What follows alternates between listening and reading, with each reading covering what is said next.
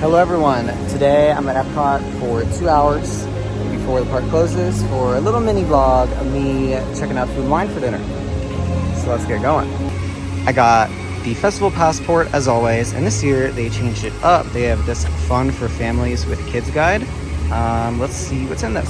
So it highlights the Kid Cot spots, DuckTales Adventure, Remy's Hide and Squeak scavenger hunt, and the character meet and greets. And the other side has a map with a bunch of fun spots for kids. It's beautiful out. Maybe I won't make it to 9 p.m. We'll see. I'm headed to the front of World Showcase for coffee at Joffrey's. Well, I made it. So did the rain. It's spectacular, featuring fountains, lights, and original music that celebrates the magic that happens when our voices sound together in a symphony of human connection.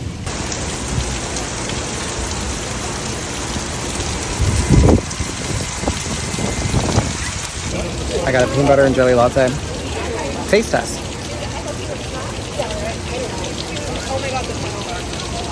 That's good. That's good. That's good. The peanut butter is the strongest flavor, but I love peanut butter, so it's not a complaint. Honestly, not a bad spot to be stuck in the rain. I'm totally dry other than my feet, and you can hear it slowing down a tiny bit. It's obviously still going, but especially with this right here, you can really hear it. Okay, I think it's safe to walk again.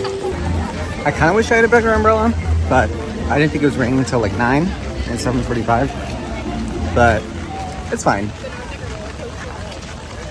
Overall, PB&J Latte was pretty solid. I would get that again, because I feel like a lot of the lattes they make for festivals are misses, but that was good. Okay, made it to the Japan booth, and thankfully the rain means the line is not that long. All right, so I got two things. I got the Teriyaki Chicken Bun for $7.95. This is a tried and true classic for me. This is my favorite item pretty much every year at the festival. And I'm trying Eel Temaki Sushi. This was $9.50. Never had this before, but it looks delicious. All right, so the rain definitely picked up a bit, but I kind of don't give a shit anymore. So I'm gonna keep walking. I'm actually gonna stop to talk about my delicious meal at the Japan booth for food and wine. Then I'll keep walking. Thoughts on the Japan booth. Teriyaki bun never disappoints year after year, 10 out of 10. Today was even 11 out of 10. It was so warm, fresh, and it was just filled to the brim with that teriyaki chicken. It was delicious. That is always my go-to. Will always recommend it. Definitely get that. It always goes up in price every year, but I would still gladly pay the $8 for it. Now for the Eel Sushi, I think $9.50 is a bit hefty for what you get. It was very good. However, it's like not rolled sushi, it's handheld sushi. So it kind of falls apart as you eat it. And because of that and the price point, I'd probably not get it again. I would probably try the Wagyu sushi because I'm curious of that. But it was still pretty good and I thoroughly enjoyed it. All right, they just started playing September, so I'm going to investigate, because what? Not Earth, Wind, and Fire, but a pleasant surprise. Okay, this is not done justice on my camera, but the purple light from Spaceship Earth right now is gorgeous.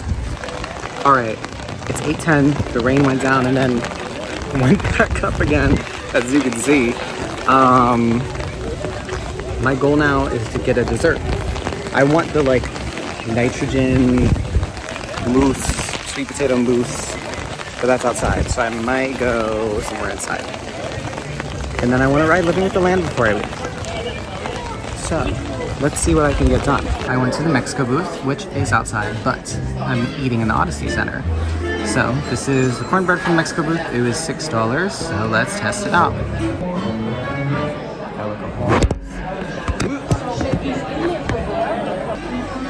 Taste test. It's tasty. I could definitely see how the raspberry will enhance this. It'll give it kind of a kick. Okay, yeah, the raspberry gives it a little oomph. The raspberry gives it a little oomph. I kind of wish it had like raspberry sauce on it. I feel like that would complement it perfectly, but it's pretty solid. Would I pay $6 for it again? Probably not. All right, now this I did get in here at the Brew-Wing Lab at the Odyssey. And this is gonna be my last food and wine item of the day. This is the frozen pomegranate raspberry tea. This is only $5 and it comes with obviously the drink, these cute little orange molecules, which I believe are kind of like Dippin' Dots, and a reasonable souvenir cup. So even if this is horrible, this is still a pretty good price, $5 for all this. Oh, yeah, that tastes good. Would get again. I mean, a repeat is a little less novel because you get more of these cups, but $5 for a nice drink here, not that bad. And then confirmed, the orange molecules are literally just orange sherbet Dippin' Dots. 10 out of 10, maybe. 9 out of 10? 10 out of 10, I don't know. It finally stopped raining. It's 8:40 and I'm gonna go head over to Living with the Land. The crowds tonight are too good. There's nobody here.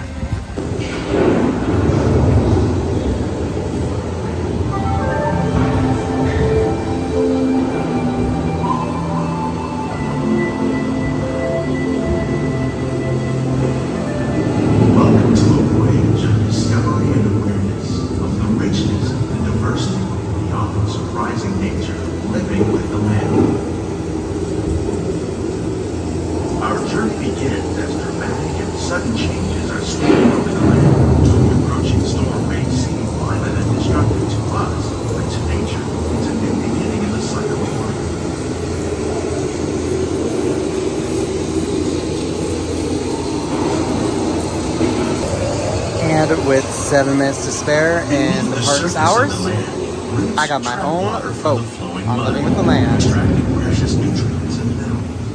These elements, when combined with sunlight, create the diverse living systems of our planet. One of those living systems is the rainforest, home to the most amazing concentration of life on our planet. These dense and beautiful forests cover only a tiny portion of the Earth's surface, but they contain more than half of its planetary boundaries. Rainforests are also extremely rich and productive living systems, providing us with oxygen, food, medicine, and other elements essential to our lives.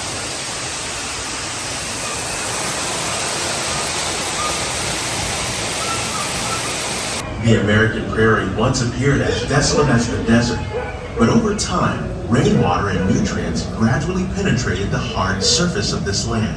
Even the hooves of the mighty buffalo helped create the rich soil that would one day become home to the American farm.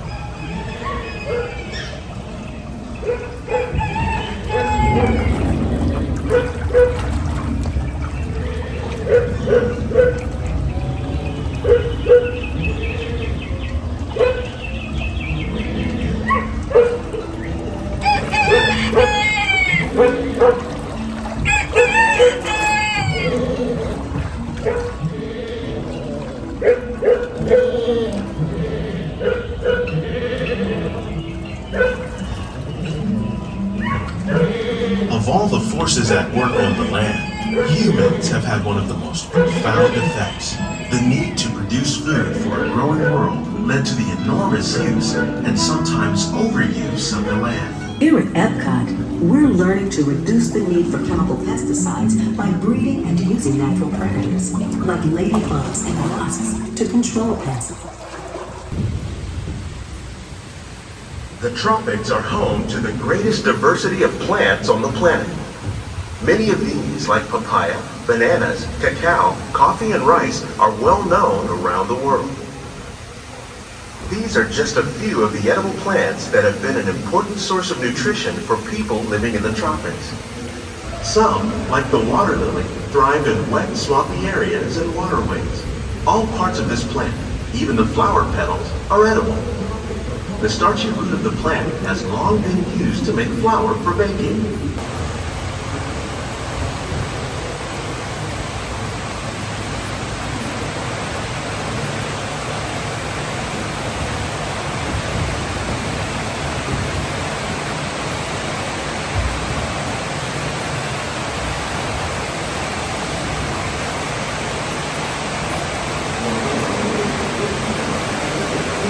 When we mention farming, you probably don't think of fish, but fish farming, or aquaculture, accounts for nearly half of all seafood consumed globally. While there are more than 50,000 edible plant species in the world, most of us are only familiar with the handful that make up our everyday diet. The common grains growing here, wheat, maize, sorghum, and millet, plus rice, account for nearly 2/3 of our global food consumption. Learning how to increase yields of these staples is an important goal of research around the world.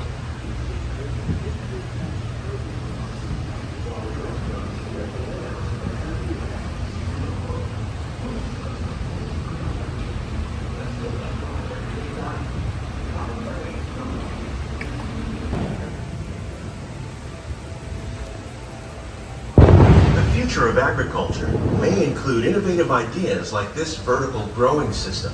Plants grown in this way use a fraction of the space required by traditional growing methods. That saves water and increases production.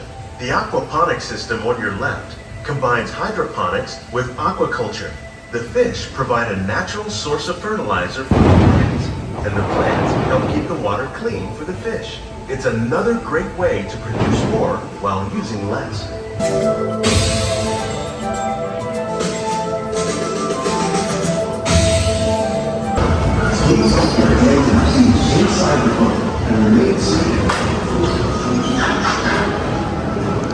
Well,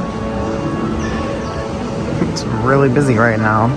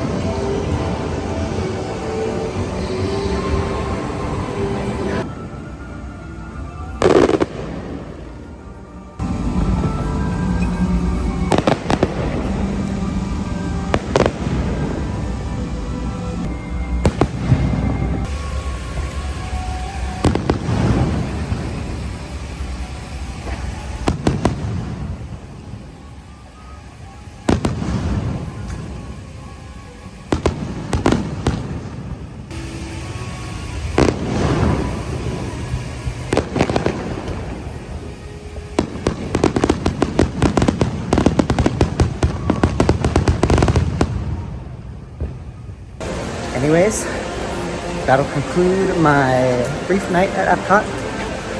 Thank you for watching. Hope you enjoyed, and I'll see you guys next time.